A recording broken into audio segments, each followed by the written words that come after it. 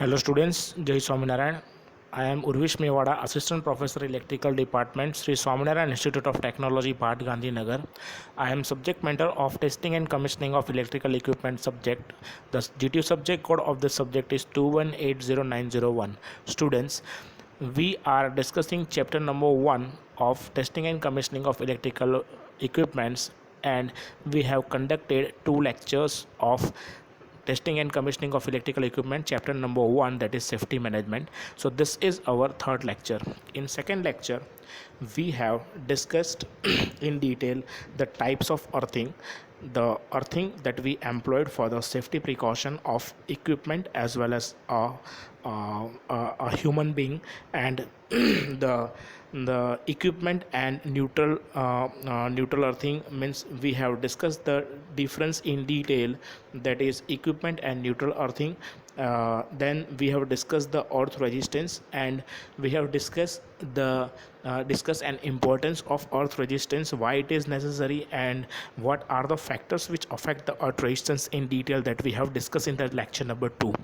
Now this is our lecture number 3, and today we are going to discuss the topic number 9 of chapter number 1, that is method of measuring the earth resistance. Now we have already discussed the types of earthing, equipment and neutral earthing, and earth resistance and factors which are affect the earth resistance. Now let us let us check how to earth resistance can be measured. So we have certain methods to measure the earth resistance, and through which we can determine the earth resistance of particular place or particular area where we need to place our earth electrode. So as we have already discussed that if the system is large, then discharging current, or we can say short circuit current, of that large system is very high. So for that particular system we have to provide less earth resistance soil for an earthing. And if the system is say small, so short circuit current or discharging short circuit current will be less, so we can consider an earth resistance according to the type of system, whether it is large or whether it is small system. So that can be measured with the help of certain methods. So let us discuss the methods of measuring earth resistance. So let us discuss the first method for the earthing resistance. So before we measure an earthing resistance, why it is important and what is the value of earth resistance, that we are going to discuss through this slide. So value of earth resistance increases after some period, that we already discussed, that if we doesn't add up of water and the impurities that requires to maintain the good earth resistance, means small earth resistance, if it doesn't add, then the day by day the earth resistance will increase. So it is very harmful for our system where we have placed our earth electrode. So the resistance should be measured, and steps to decrease it should be taken. So yes, we should keep in mind the earth resistance, and according to the increment of the earth resistance, we should take necessary step to reduce the earth resistance. And if the resistance is found to be increased, then we have to take certain steps by measurement, or we can say by adding up the moisture and the impurity according to the requirement. So this is the necessary thing to maintain the earth resistance. And the methods that we use to measure the earth resistance are: the first method that we are going to discuss is voltmeter ammeter method. So it is called VA method also, voltmeter and ammeter method. Second method is earth tester method. So we use earth tester instrument for the measurement of soil resistance or earth resistance. And third method is ohm meter method. So in this we are going to use the ohm meter to measure the resistance of particular place. And the fourth method is earth loop tester method. So these are the methods that we are currently using for the measurement of earth resistance. So let us discuss these methods in one by one in detail. So let us start with the first method, that is voltmeter ammeter method. And this method is also known as the fall of potential method. So in GTU question, and they can be asked like voltmeter ammeter method or fall of potential method. Both methods are same. So let us discuss the method of measuring the earth resistance. So the circuit arrangement which is shown for the fall of potential method, or we can say volt meter ammeter method. So over here you can see that this is the earth electrode where we have placed our earthing, or we have done our earthing. And this is the wire which is connected with ammeter and voltmeter. And the second terminal, or we can say either terminal of ammeter and voltmeter, means voltmeter is connected with P, which is auxiliary electrode, and ammeter which is connected with the battery, and after battery it is connected with Q. So this is the soil for we are measuring the earth resistance, and this is actually a setup. So circuit arrangement for the earth resistance measured by fall of potential method, which is shown in this diagram. Now the setup consists of the earth electrode E and two auxiliary electrodes P and Q, which I have discussed from the diagram. And E and Q are the separated. So E and Q, this are separated by sufficiently large distance. So we initially we keep a sufficiently large distance from E to Q, and which are connected through a battery. So between E and Q we are having a battery and ampere meter. So this is the setup, and a current of I ampere which will flow between E and Q. So yes, this is the path where the current I ampere will flow through the ground. Now another electrode P is introduced or inserted between E and Q. Between E and Q, the another auxiliary electrode P is inserted between E and Q, and voltage between E and P is measured with the help of voltmeter. So yes, between E and P, whatever the potential difference is there, that will be measured with the help of this voltmeter, and whatever the current which is transferring from E to Q will be measured with the help of this ampere meter. And this is what the setup of the VA method. Now when P is moved away, means as we have discussed from the graph in the previous lecture, if we move away from the electrode, the earth resistance will P is moved away from the starting from the electrode E, the voltage reading, voltmeter initially increase. Why? Because the resistance as we go away from the E, the resistance will decrease. But when the electrode P is at adequate distance from E, the voltage reading remain almost constant. So yes, after that the changing of the earth resistance will be constant, as near to this earth electrode the resistance is minimum, and then after as we go away from the earth electrode, the earth resistance will gradually increase, and the potential between E and P will decrease. So from the VA method, we can say that when P electrode approaches the Q, so when we transfer P, move P from Q, the voltage again rises rapidly. After certain some point the voltage remains same as we have discussed, and then after again the voltage rises rapidly. Since the whole experiment, the magnitude of the current remain constant.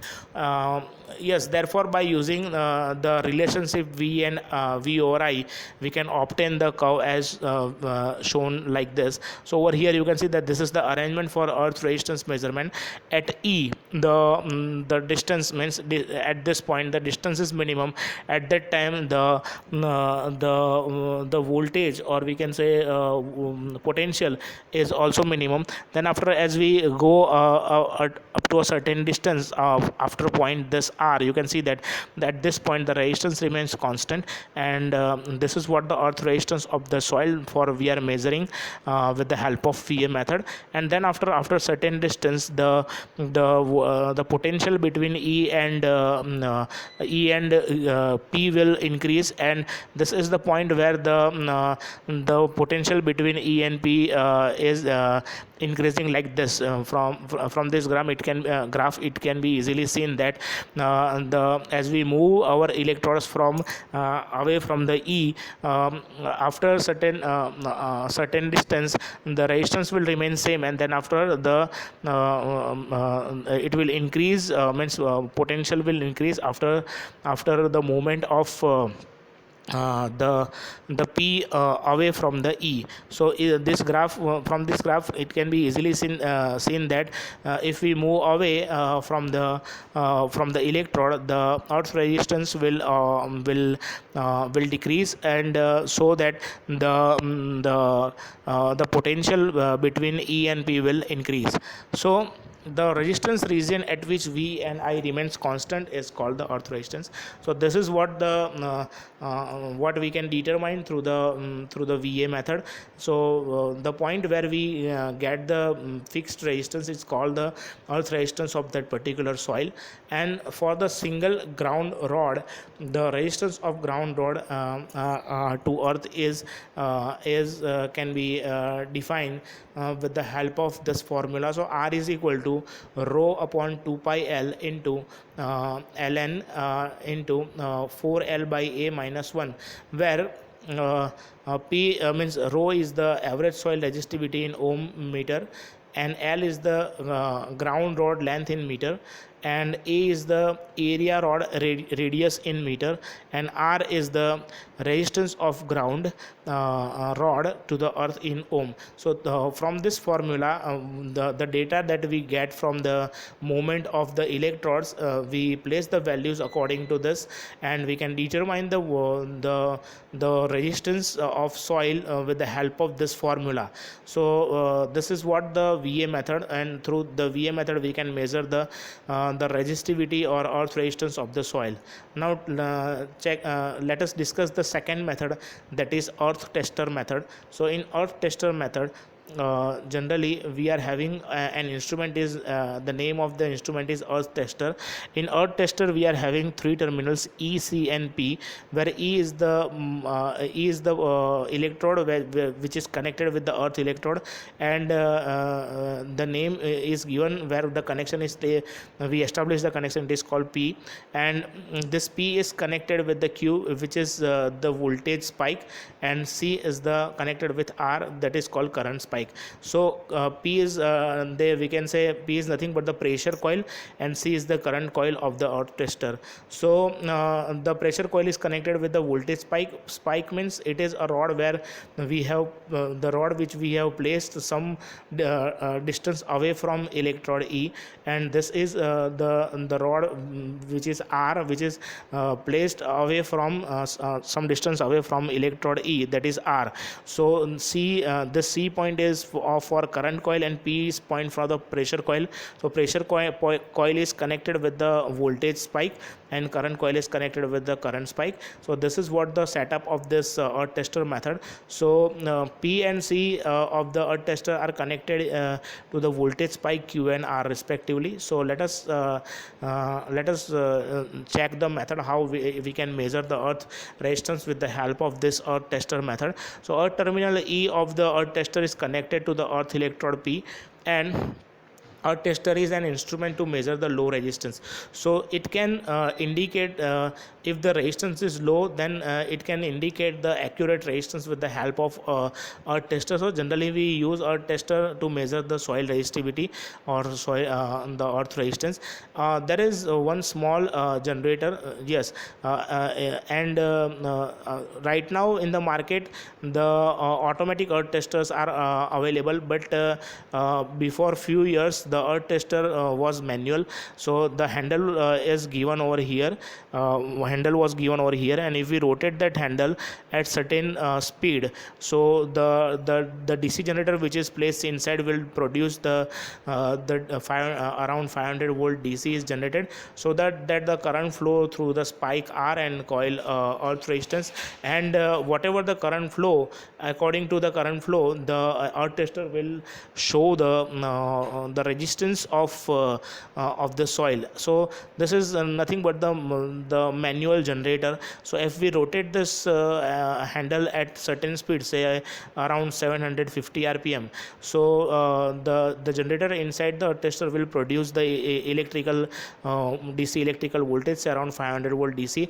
And as the potential is we can say is having, this earth tester is having large potential, so current will transfer through the spikes and through the electrodes, and according to the transferring of the current, this earth tester will show according to the ratio of voltage and current, it will show the resistance of the soil. So this is how the earth tester measure the resistance of the point, or we can say earth electrode, where we have placed in the soil. And due to this, current force is generated to which the coil deflects, and the pointer which on the we can say scale will get deflected and deflects and remains stationary at some point. So the place where the pointer remains stationary is the resistance of that particular means area, or we can say soil, for what we are measuring the earth resistance. And a pointer is which is attached on the coil, which moves over a scale, and which shows that it is the distance, sorry, it is the according to the distance which have placed the electrodes P, Q and R, and the whatever the resistance offered by this particular soil and electrode. According to that resistance, this earth tester will show the resistance of this soil resistivity. So the scale is calibrated in ohm. So the pointer shows the resistance of earth. So generally in the case of earth, resistance should be show the low resistance, or we can say minimum resistance. So that's why we use this method for the measurement of earth resistance for the placement of the earth electrode. Now the next method is the third method, that is ohm meter method. So this method is generally we can say a direct method through which we can measure the earth resistance. So ohm meter is used in this method. Basically ohm meter we have we connect between the electrodes, but here we are taking the ratio of V and I. So now this is the first suitable first the suitable range is selected in the ohm meter, and the pointer is adjusted to the zero, because it is the moving coil and moving iron type meter. So that's why we need to calibrate this meters before we use. So we have to adjust the zero position by shorting the probes. So yes, as we short the probes, the pointer will set at the null, and then after we can use this meter. We can use the probes of this meter. So one probe is joined to the earthing electrode, and the other probe is joined to the nearby water pipe, so that we can measure the earth resistance through the according to the moisture which is present inside the soil, or the earthing terminal, and the reading is been taken from the ohm meter. Whatever the resistance offer by the soil or the earth electrode, means the place where we are measuring the earth resistance, according to that ohm meter will show the resistance of the place where we are measuring the earth resistance. So this is one of the simple method of measurement of earth resistance. Now let us discuss the fourth method. This is the most important method for the measurement of earth resistance, that is earth loop tester. So let us discuss how earth loop tester works. So in this you can see that this is the substation for which we are measuring the earth resistance, and the neutral point is connected over here. You can see that this is the neutral point, point A to this B, and from say R phase, and one neutral wire is taken over here, and in between we are having DP switch. So this is means move this two switches will move together as we move press this switch, and connection will be get established as we press this switch between BC and this R phase to the transformer.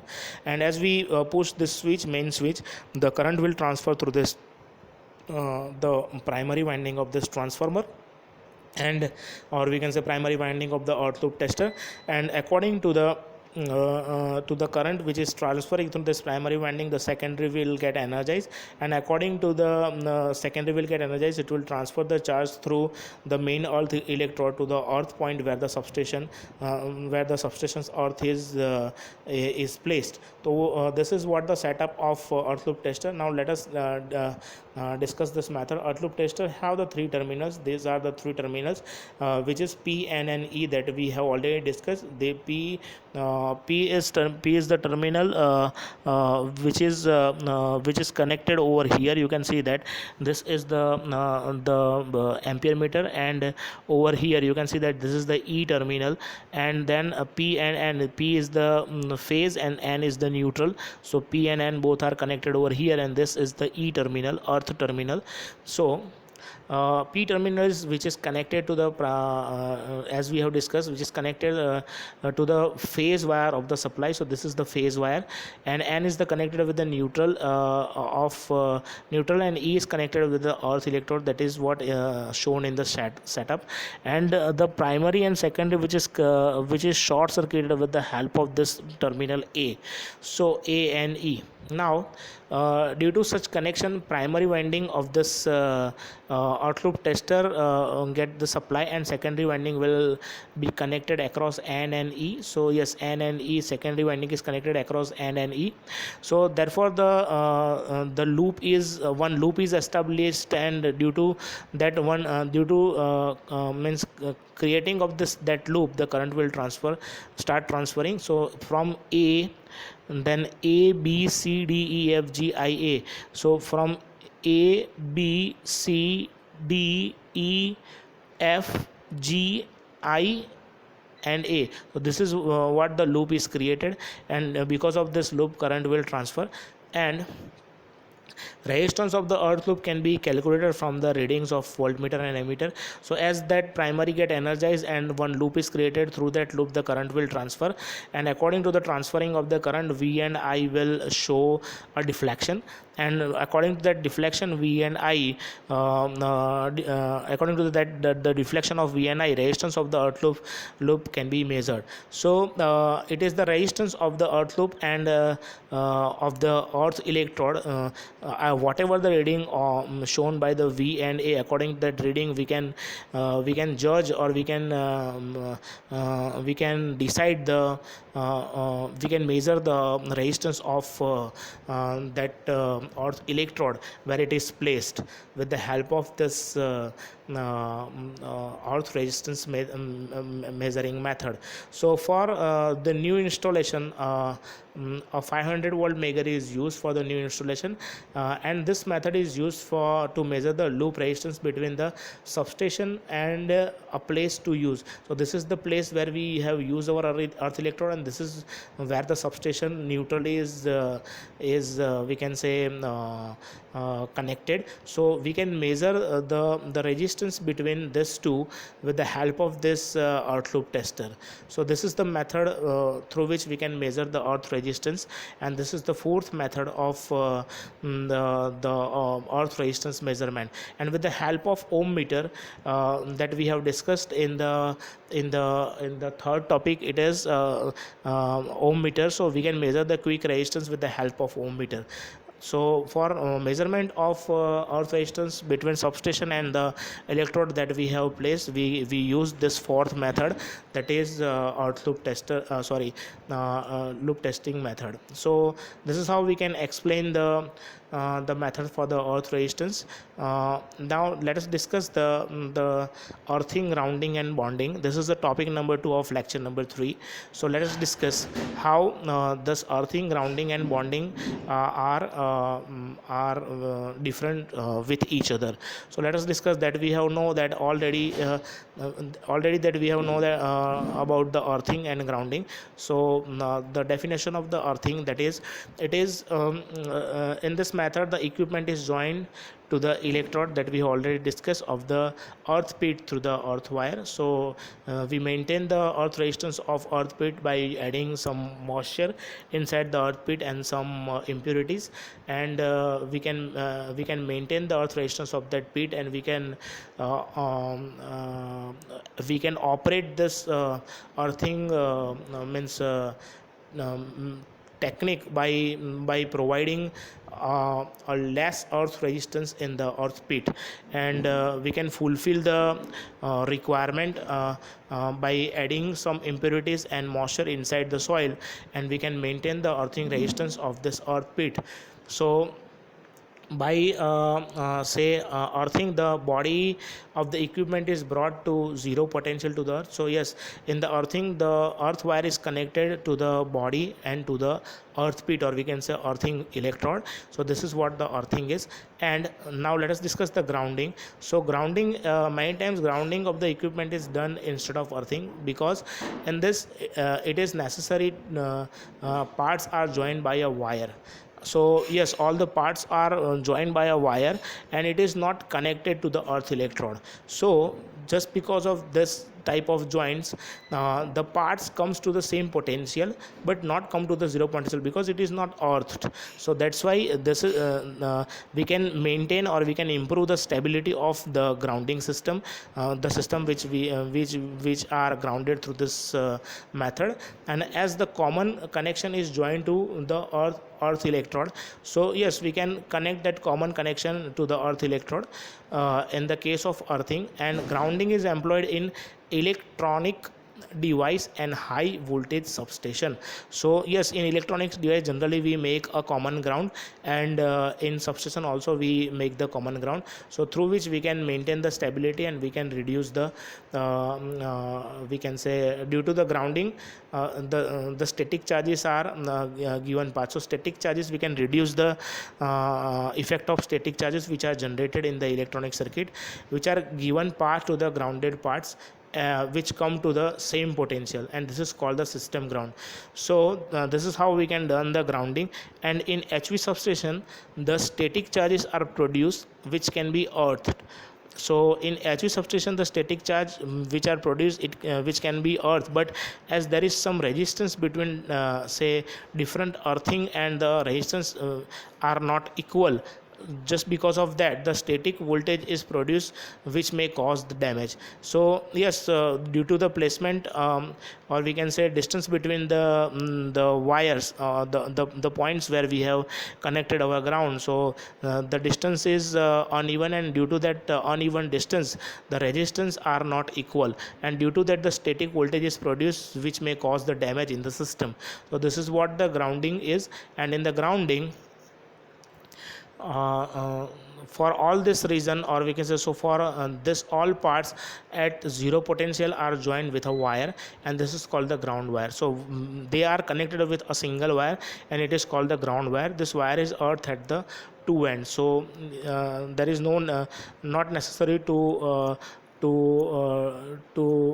establish, or we can say to put a separate earth pit for a separate earth electrode. So just to connect a wire with all the, means a grounding wire with all the neutral points, and they are earth points, and they are connected with a two the wire which is earth at the two ends. So that is what the grounding is. Now let us discuss the bonding. So many times static electric charges are produced due to the friction between the two rotating parts. So whenever the rotating parts are there, so static charges, there might be a chances of generation of electric charges between that two the points where the friction is take place, which produce the potential difference between these two parts. And due to the production of this static charge between two points, these two are joined by the flexible conductor, and yes, which is called a bonding, and that because of the joining of that two, or we can say short circuit of that two, the charges will means static charges will not produce, and through the bonding we can overcome the effect of generation of electric charge, which was which produced due to the friction. So this is what the earthing, bonding and grounding is. And after this chapter you are having the assignment question. The assignment question are, the first question is analyze the difference between system grounding and equipment earthing that we have discussed. The second question is what is earth resistance, also discuss the factors which affects the earth resistance. And third is explain the methods of earth resistance measurement in detail. So this are your assignment question and necessary instructions which are written below. Please read it carefully. You can take the snap of this slide also. So over here our first chapter is completed, and if you have any queries or doubt related to this chapter, we can solve your queries and doubt in our doubt solving session, as well as you can call me to solve your doubts related to this chapter. So this is what about the chapter 1 is. Thank you very much, student. Thank you all. Jai Swaminarayan. And if any queries arise further, feel free to call me to solve your queries and doubt related to the topic. Thank you very much all. Jai Swaminarayan. Thank you.